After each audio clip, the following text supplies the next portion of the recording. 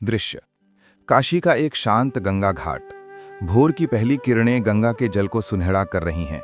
पक्षियों का कलरव और दूर किसी मंदिर से आती घंटियों की ध्वनि वातावरण में दिव्यता घोल रही है। मीराबाई अपने हाथ में एक तारा लिए, आंखों में प्रेम के आंसू भरे, पूरे मनोयोग से गा रही हैं। मेरे तो गिरधर गोपाल, दूसरों न कोई। उनकी भक्ति की तीव्रता और स्वर की मिठास से वातावरण जैसे ठहर सा गया है। पास ही अपनी चादर पर बैठे ध्यान में लीन संत कबीर अपनी आंखें खोलते हैं। वे मीरा की भक्ति से प्रभावित होकर मंद मंद मुस्कुराते हैं और उनके भजन समाप्त होने की प्रतीक्षा करते हैं। जैसे ही मीरा अंतिम पंक्ति गाकर मौन होती हैं, संत कबीर अपनी खुरदरी पर दृढ़ आवाज में कहते हैं, वाह, भक्ति की क्या अद्भुत धारा बहाई है तुमने मीरा। तुम्हारे कंठ में साक्षात प्रेम बसता है।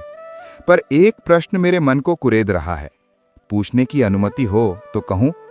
मीराबाई आंखें खोलकर हाथ जोड़कर, संत शिरोमणि, आप तो ज्ञान के सागर हैं। प्रश्न पूछकर मुझे अनुग्रहित करें, ये तो मेरा सौभाग्य होगा। संत कबीर, तुम कहती हो गिरधर गोपाल। ये गोपाल कौन है मीरा? वो जो देवकी के गर्भ से जन्मा, यशोदा का लाला कहलाया और जिसने अपनी उंगली पर गोवर्धन पर्वत उठाया? या वो जो न जन्मता है न मरता है, जो इस पूरे ब्रह्मांड का कण कण है, जो तुम्हारे और मेरे भीतर एक ही समान श्वास ले रहा है? मीराबाई एक दिव्य मुस्कान के साथ, हे संत, मेरे लिए दोनों में कोई भेद नहीं।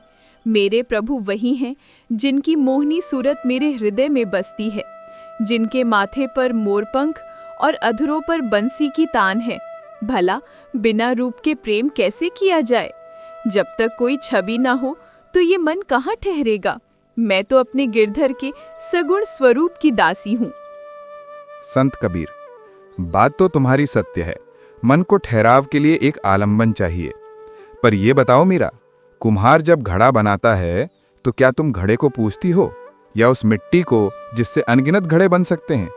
घड़ा तो टूट सकता है, उसका रूप मिट सकता है, पर मिट्टी तो अविनाशी है, शाश्वत है। वो घड़ा बनने से पहले भी थी और टूटने के बाद भी रहेगी। मीराबाई, आपकी बात गूढ़ है कबीर जी, पर प्यासा तो घड़े में रखे जल से ही अपनी प्यास बुझाता है, सीधे मिट्टी से नहीं। मेरे गिरधर तो प्रेम और करुणा से भरा वो सुंदर घड़ा है जो मुझ जैसी प्यासी आत्मा को तृप्त करते हैं। मैं उस रूप की दीवानी हूँ जिसने मुझ पर कृपा की, मुझे अपनाया। मैं उस मिट्टी को कैसे जानूं जिसे मैंने कभी देखा ही नहीं?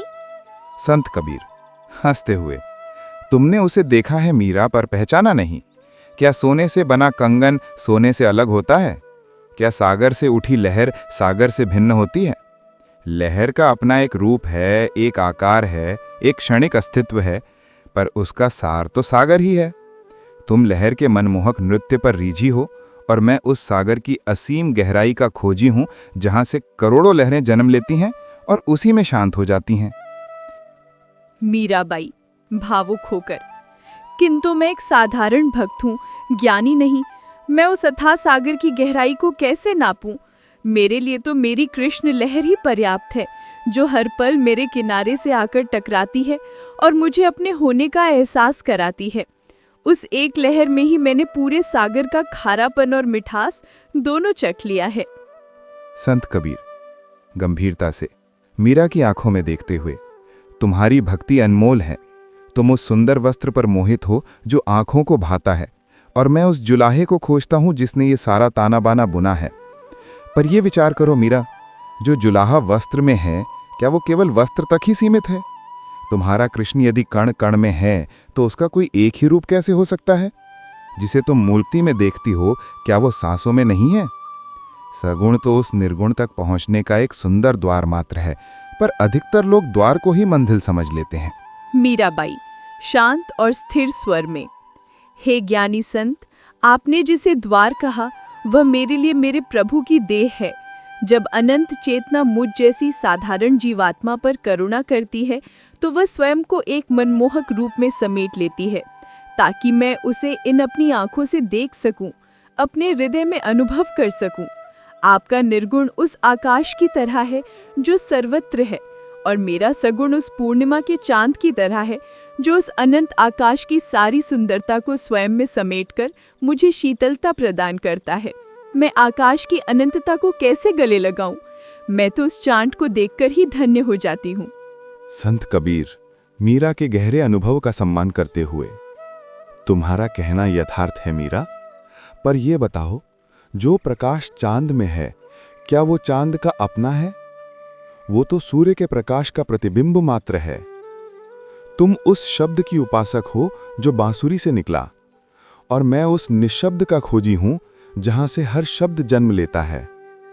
तुम्हारा कृष्ण वो सबसे मधुर गीत है जो कभी गाया गया, और मैं उस परम मौन को सुनता हूं जिसमें से वो गीत फूटा है।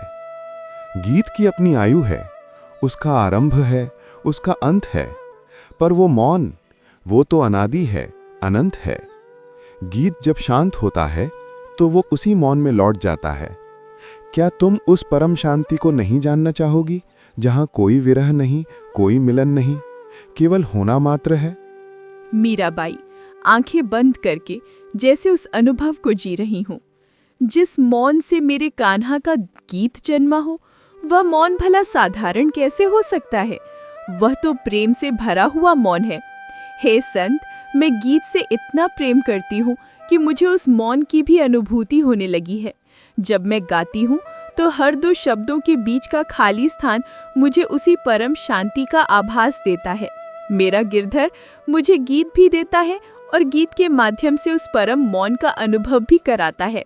मेरा सगुण मुझे निर्गुण से अलग नहीं करता, बल्कि उसी का रसा स्वादन कराता है।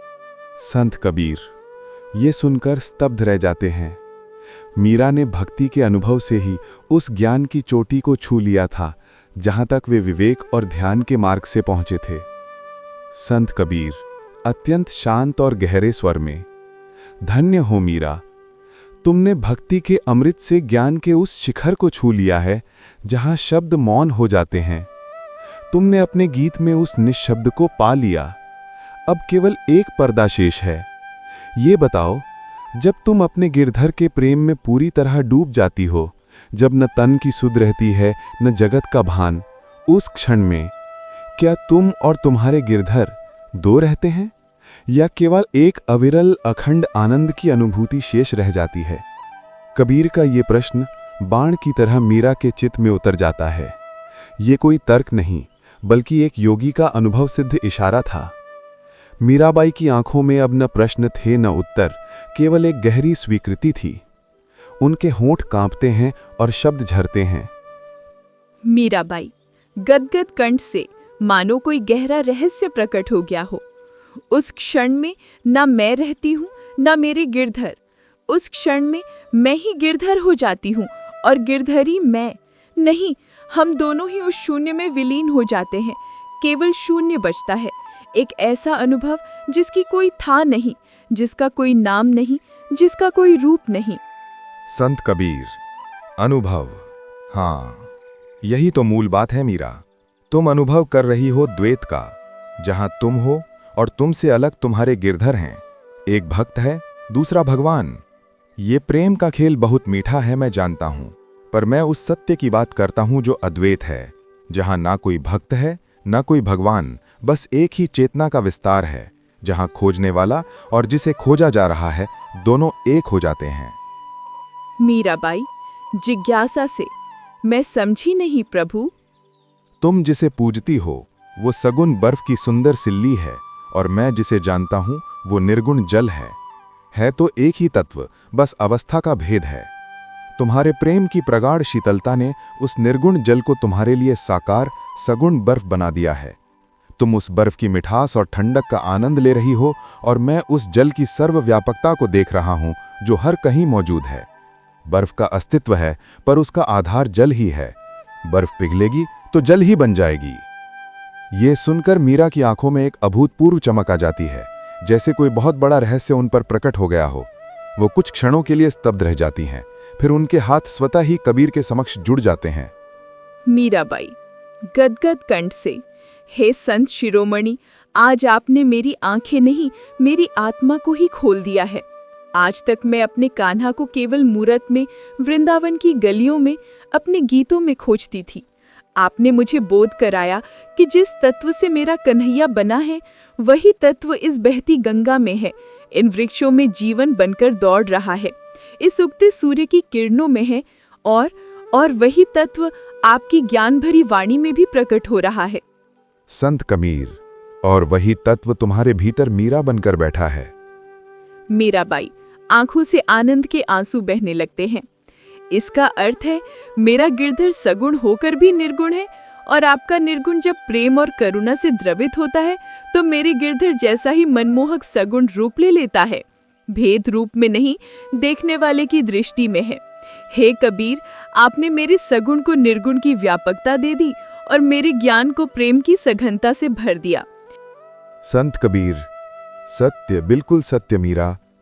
उसे राम कहो या कृष्ण, अल्लाह कहो या ईश्वर, उसे रूप में देखो या अरूप में जानो, वो वही एक है। मंजिल एक ही है, बस रास्ते अलग अलग प्रतीत होते हैं। तुम्हारा रास्ता प्रेम और समर्पण की हरी भरी पगडंडी है, मेरा रास्ता ज्ञान और विवेक का सीधा राजमार्ग है, पर दोनों रास्ते उसी एक परम सत्य के महासागर में जाकर मिल जाते हैं। कबीर अपनी आंखें बंद कर लेते हैं और उस निर्गुण, निराकार, सर्वव्यापी चेतना में लीन हो जाते हैं। मीराबाई अपने एक तारे को उठाती हैं। इस बार उनकी आंखों में विरह के आंसू नहीं, बल्कि सर्वत्र अपने प्रभु को पाने की तृप्ति और आनंद की चमक है।